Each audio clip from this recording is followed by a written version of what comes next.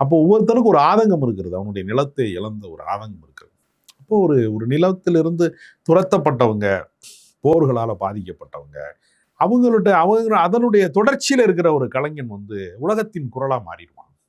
இப்போ பாதிக்கப்பட்டவனின் குரலில் இருந்து ஒருத்தன் பாடுகிற போது இது வெறும் காதல் பாட்டு மாதிரியோ இல்லை வந்து ஒரு என்டர்டெயின்மெண்ட்டுக்கான ஒரு பாட்டு மாதிரியோ இல்லாமல் அதை தாண்டி வந்து சாதி மதங்களுக்கு அப்பாற்பட்டு மனிதத்தை பேசுகிற பாடலாக இருக்கிற போது அவனுடைய கலை வந்து ஒப்பற்றதாக மாறிடுது. அதை வந்து இவங்களால தான், ஏன்னா இவங்க வியாபாரமே சாதி மத பிரச்சனையை வச்சு கலகம் பண்ணுறது தான் வந்து பாஜகவுக்கு வந்து அரசியலே.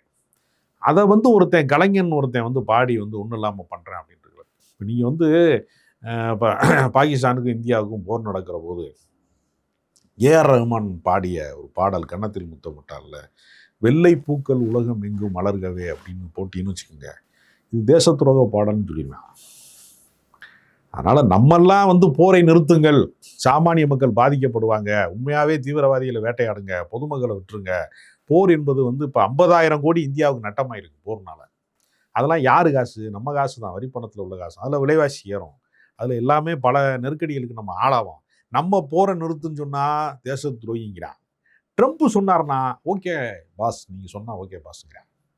இவங்க தேசபக்தியெல்லாம் வித்தியாசமானதாக இருக்குது.